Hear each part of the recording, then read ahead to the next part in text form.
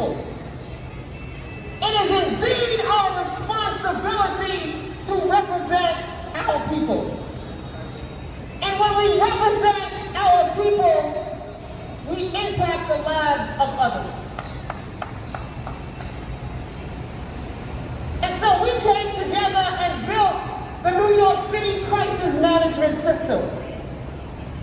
And the New York City Crisis Management System is 22 sites across the city and over 15 city organizations that work together to co-produce public safety. But most of all, it employs, as Shandu talked about, those brothers and sisters who are closest to the problem, who spent 31 years in jail, and 20-something years in jail, and 16, oh, he said I did 7, don't put me in no 16. I ain't like to mess it up. Why did the street tell the whole truth? 7. They can't do any lies. 29. Tell the 24. Tell the whole truth. 13 and a half. Tell the whole truth. 8. 22. 5. 13. Years incarcerated. These brothers work for the New York City Crisis Management System. We work, as my son says, we work for the people. And so we build a system that has to go against another system to empower our people, to bring resources to our people, because as my son talked about, poverty is violence. Poverty is violence. And so when we sit in their house for 3 months, quarantine, and you all of a sudden see fireworks all over the place, Macy's-style fireworks, where nobody had money to buy, because they lost their job, they lost their family members, they sure enough didn't have money to buy those state-of-the-art fireworks. Counterintelligence program. Then you see the onslaught of guns in our community, because during the pandemic, the one thing that increased was the sales of guns across America. And that is because they knew what they were doing. How do you destabilize a people? And to Trump, in his criminal mind, what he thinks is he can create fear and hysteria and come in and be that military Gestapo and win election, steal election, and be president again. When I say, but what are we, you say discipline. But what are we? What are we? Home streets! Home streets! Home streets! When I say what's coming, you say war. What's coming? What's coming? Who's gonna win? Who's gonna win? Who's gonna win? Trump can't hear you. Who's gonna win? Who's gonna win? Who's gonna win? In old streets. In old streets. In old streets. Straight ahead. The woman, the legend, the myth, Erica Ford. Give her a round of applause. So it's hot out here, brothers and sisters, and I appreciate y'all for being out here with us, because I'm hot as hell. But we understand that we must sacrifice it. Sometimes we're going to have to be in the rain, sometimes we're going to have to be where it's hot, sometimes it's going to be freezing, but war don't stop because we hot or we cold. So we understand that we got to be war ready. We war ready. We're going to be out here ready to see the snow, right?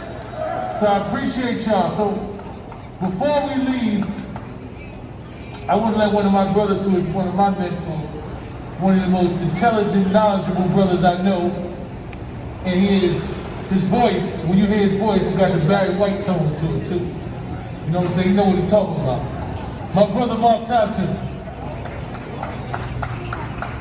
First of all, I'm too young to be his mentor. We ain't that far apart.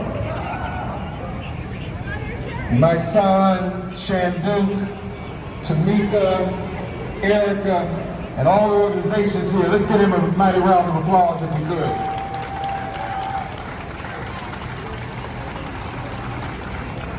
What's happening today is very important because before this pandemic, as all these organizations are addressing, before there was a pandemic, we were dealing with a poverty-demic and a police-demic and a pistol-demic in our communities. That's historic to us. 25 years ago, this October 16th, 2 million black men assembled on the mall for the same reason. And I want to say to Mike and everybody else, we may have to do it again this October 16th, so we can remind ourselves and our people that we can't afford to get taken out the way we're being taken out. We are being killed, and we're killing each other because of the same racism and white supremacy that this devil right here promotes. If you're white supremacist, you are part of that. And we can't give in to the self-hatred. But what are people supposed to do when there are no jobs? There's nothing. He's killing even more people by not addressing this doggone pandemic. Now let me tell y'all what today is. Preach. Today would have been Emmett Till's 79th birthday. He would have been a year younger than John Lewis, who's being memorialized today. The modern civil rights movement started because of Black Lives Matter before Black Lives Matter was a hashtag. It started because of the killing of Emmett Till, and that's still an open case. John Lewis joined the movement because it was a Black Lives Matter movement. And when we look at all that's happening today, from the pandemic to Ahmaud Arbery, to Breonna Taylor, to George Floyd, the same thing was going on in 1965. February 4th, 1965, Malcolm stood with John Lewis in Selma. 17 days later, no coincidence, he was killed. February 15, 1965, no good cracker Sheriff Jim Clark busted the lip and had to have 11 stitches for C.T. Bibby. Watch the video. And then February 18th, Jimmy Lee Jackson was killed. Why? Because he was participating, Jules, in a nighttime demonstration. Governor George Wallace prohibited nighttime demonstrations. What is this devil doing in Portland right now? But mimicking George Wallace. This ain't a metaphor, it's the same doggone thing. They killed Jimmy Lee Jackson. That's when John Lewis and everyone came to Selma. Because the plan was to march his body from Selma to Montgomery. Black Lives Matter 1965. That plan went away, and then that was what brought about Bloody Sunday. John Lewis. So what I'm trying to say is this. Not only do all of our Black Lives matter, but this is history repeating itself. And we may not have 1 million people out here today, but those of you who are here represent the dedicated number that knows what must be done.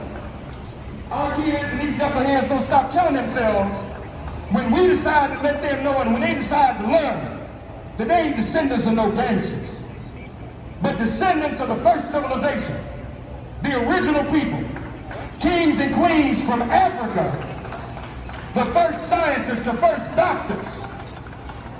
When you know that people talk about STEM, we invented STEM in Africa.